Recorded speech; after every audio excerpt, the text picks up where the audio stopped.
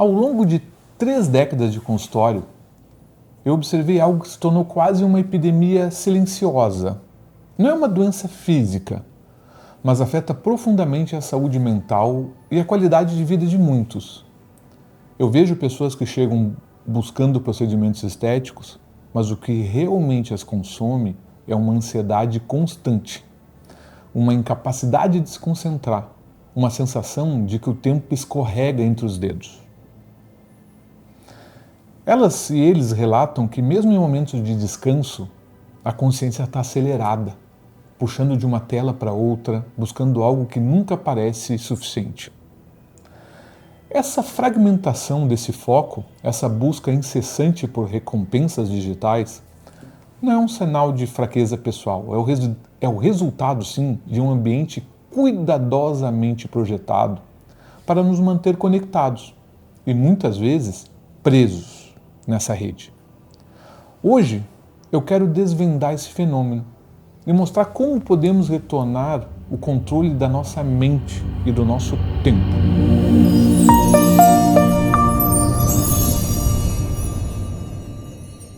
Eu sou Vinícius Ribeiro, médico e cirurgião plástico, com 30 anos, com a experiência de milhares de atendimentos entre consultório particular e emergências. Seja bem-vindo a mais um episódio. Aqui a nossa intenção é simples, conversar sobre as decisões humanas, aquelas escolhas que fazemos, casa, na família, no trabalho, nos relacionamentos, e também sobre o que acontece dentro de nós, medo, ansiedade, comparação, culpa, expectativa. Eu utilizo aqui situações que eu observo no dia a dia, com as pessoas, sempre preservando a sua privacidade. E trago também a sabedoria milenar, como base de valores e direção, de um jeito leve, sem impor nada. E antes de começar nosso episódio, um aviso rápido. Esse é um conteúdo educativo e reflexivo, não é consulta médica, psicológica ou algum tipo de aconselhamento individual. Se alguma parte for muito sensível para você, procure uma ajuda profissional e uma rede segura. Hoje eu quero falar contigo sobre os vícios modernos. A dopamina, o uso excessivo de dispositivos e a mente fragmentada. Porque a capacidade de focar é vital. Quem controla a sua atenção controla os seus dias. E muitos não percebem que perderam esse controle. Vamos lá. Eu organizei esse episódio aqui em 3 partes. Primeiro eu vou abordar a rotina de dispersão, como a gente foi perdendo esse foco sem perceber. Depois vamos falar sobre o jejum de estímulos, como proporcionar um intervalo para a consciência se recuperar. E por fim, vamos falar de hábitos simples de reconstrução, pequenas mudanças que fazem uma grande diferença lá na frente. O primeiro, a nossa rotina de dispersão. Como a gente perde o foco? A capacidade de focar, ela não se perde de uma vez. Ela se fragmenta aos poucos. Um pouquinho aqui, um pouquinho ali. E quando percebemos, a gente não consegue mais ficar 5 minutos quietos com a própria consciência. A psiquiatra Anna Lembke, de Stanford, em seu livro Nação Dopamina, explica que o nosso cérebro foi feito para buscar recompensa, mas não para lidar com a recompensa constante. Nossos ancestrais encontravam alimento, segurança, conexão, isso de vez em quando. Porém, hoje encontramos isso o tempo todo. Notificação, mensagem, vídeo, compra, informação. O cérebro é inundado por picos dopaminérgicos o dia inteiro. O problema é que essa dopamina constante não gera prazer contínuo. É exaustão disfarçada de prazer. O cérebro que recebe esses estímulos ininterruptos perde a capacidade de sentir satisfação nas coisas simples. A pessoa precisa de mais, de algo mais forte, mais novo, mais rápido, e isso cria esse ciclo interminável. O indivíduo está entediado, pega o celular. O aparelho oferece um pico de dopamina. A pessoa se sente bem por alguns segundos. Depois o efeito passa, fica-se mais entediado. Pega-se o dispositivo ou outro dispositivo. E assim segue. Cal Newport, professor de ciência da computação e autor de Minimalismo Digital, chama isso de exaustão cognitiva crônica. Não se está cansado de esforço, mas de estímulo. A consciência não para de processar, mesmo em momentos de descanso.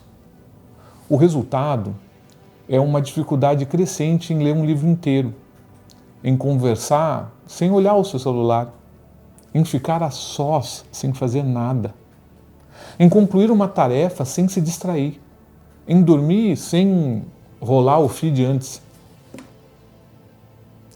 É a biologia humana encontrando a tecnologia. A tecnologia foi desenhada para explorar a biologia e nós fomos sendo envolvidos nisso. Como a gente pode tentar começar a resolver isso? Vamos falar de jejum de estímulos.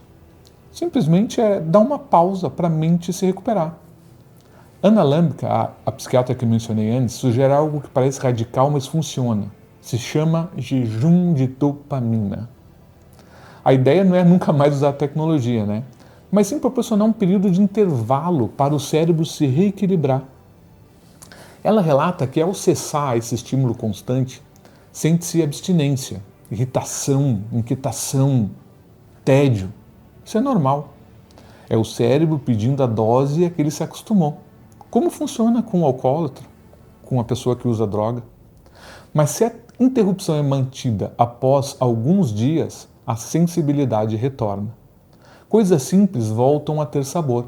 O silêncio volta a ser confortável. A presença volta a ser suficiente. Não é preciso fazer um jejum de 30 dias.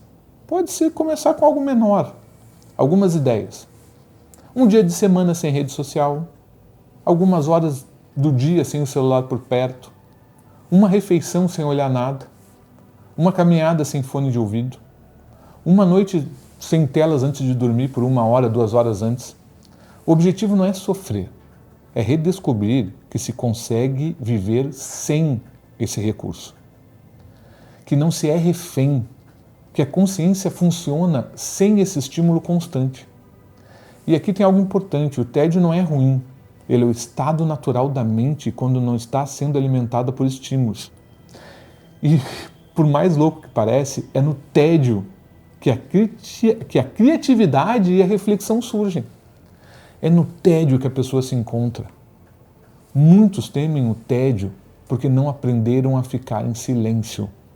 Mas o silêncio é onde a nossa consciência realmente descansa e pode construir algo maravilhoso. Vamos falar de alguns hábitos simples de reconstrução. Pequenas diferenças, grandes mudanças.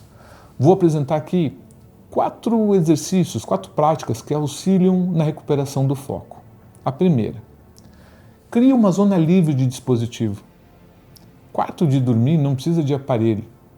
Mesa de jantar não precisa de celular. Momentos de conversa não precisa de uma tela. A decisão é simples. Nesses locais não se leva o aparelho.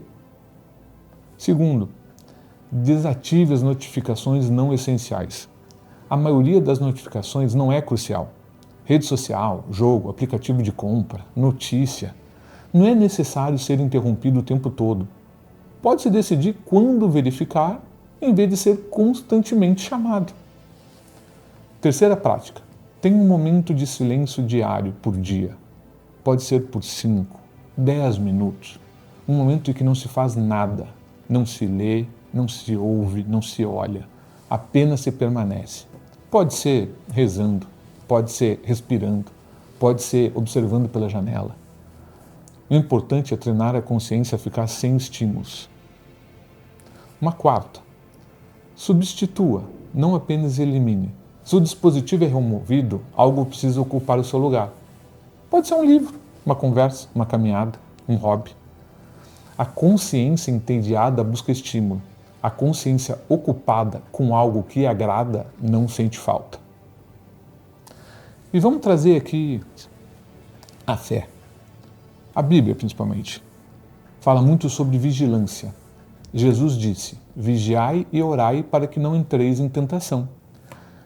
Vigiar está atento, é perceber quando algo está nos dominando, é notar quando se perdeu o controle.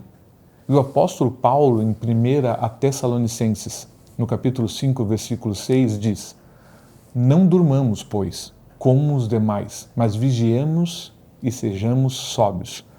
Sobriedade, no sentido bíblico, não se refere apenas ao álcool, tá? É sobre a clareza mental, é sobre não ser dominado por nada.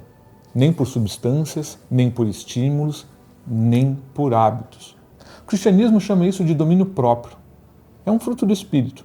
É a capacidade de se governar, de não ser escravo de nada, de manter a consciência livre. Vamos fechar com 3 frases para tu anotar. Primeiro, a capacidade de focar é vital. Quem controla a sua atenção, controla os seus dias. Segunda, recompensa constante não é prazer. É sim uma exaustão disfarçada de prazer. E a terceira, não é preciso mais estímulos, não. É preciso mais silêncio para tu ter mais criatividade. Obrigado por me ouvir e que Deus te dê sobriedade, vigilância e coragem de fazer silêncio. Se você gostou desse conteúdo, compartilha, curte aqui e se inscreva. Em breve teremos novos episódios.